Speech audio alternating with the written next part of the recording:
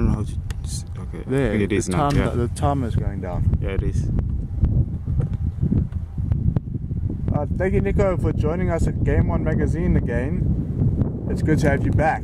Yeah, it's good to be back. Right, 2015 was your breakout year. What were the most memorable moments for you? Yeah, 2015 was a really big year for me. Obviously, making my debut for the Eagles was great.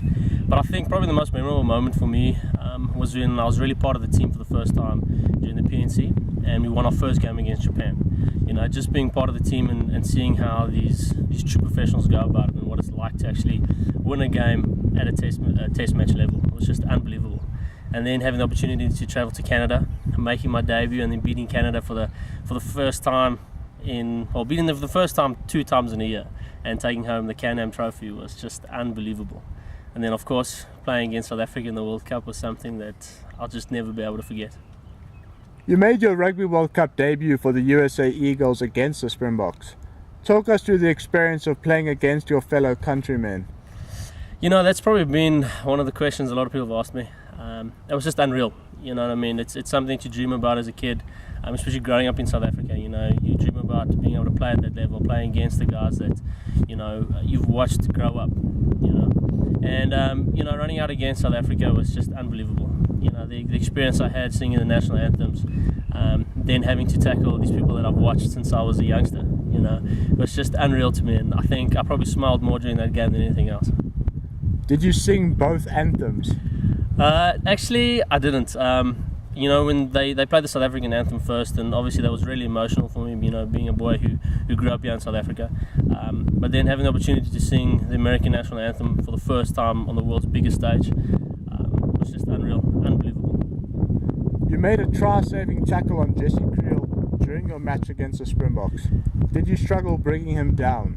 During that time of the game, I remember they went to the strong side and they came back, and I looked up and I saw Jesse standing out on the wing, and I knew that if he stepped inside, it was going to have to be my tackle to make. And I remember when I looked down, all I saw was the try line, so I knew if I went low, he was probably just going to kind of fall over the top of me and score the try. So at that point in time, I decided, well, I'm just going to have to go high, hit on the ball, and hopefully I'll be able to get my arm under the ball and stop him from scoring.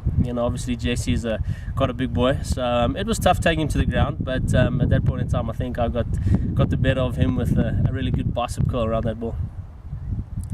You have moved on from Kutztown University and will play for the Glendale Raptors this season. Why did you opt to play your rugby in Colorado? So after college, you kind of have to move on. Talking to Mike Tolkien, the head coach of the Eagles, he advised me to kind of move on and play rugby at a higher level. So I decided to go play rugby for Glendale Raptors, and they play in a league called the PRP, which is probably one of the best leagues in America.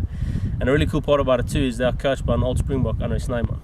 So they had that bit of a connection, and talking to Andre and deciding where I wanted to play and what have you, I really liked the way he spoke about the game, his passion for the game, and kind of the idea the way he wants to play the game, and that's what attracted me to the Glendale Raptors in Denver.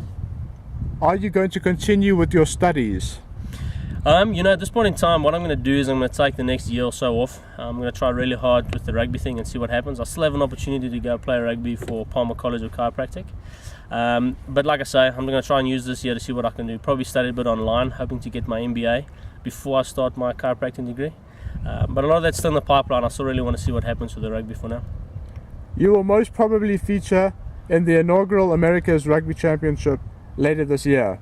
What are your thoughts on playing against Manaus, Brazil and Chile? I'm really excited about it. I've watched them play sevens, and they play a real exciting brand of rugby. And I think it's going to be a great opportunity for us as a team. We're coming off a really disappointing World Cup, and really excited to see what we can do and what we can put together on the field. So being able to play against someone like a Brazil and Chile is going to be really demanding as a team, because it's going to have to push us to still stick to what our game plan is and see what we can do from here. Having played sevens at university level, do you believe that it is assisting the USA with its rugby development? Oh, definitely. You know what I mean? Being able to play sevens, it really teaches you to concentrate on the basics. The tackling, the passing, the breakdown. And you can see in the way that America's playing sevens now that a lot of the boys are starting to become technically really good at what they do. A bunch of those guys that play sevens for the Eagles also play 15s with us. So I think it's a great opportunity for players who haven't really played the game as much as a lot of other people do across the world. I think it's going to be a great way to kind of grow the game, because it's really exciting and gives guys the opportunity to play rugby on a really exciting level. And yeah. What are your goals for 2016? Obviously 2015 was a massive year for me. It's going to be a bit tough to kind of relive what I did in 2015. But I think for me the big thing is I really want to play more. In 2015 I didn't have an opportunity to play as many games as I wanted to. In total I only really took part in 3 games, whereas the one was against Canada I only played 5 minutes, and then I played a full 80 against South Africa, and then against Japan in the World Cup I was on the bench but I didn't get any game time. So for me, I really just want to kind of get some more game time on my belt, start to become more comfortable with the idea of playing at that level, and then hopefully make that number 9 jersey mine. Thank you so much for your time, Nico. Thanks very much, Dan. I really appreciate it.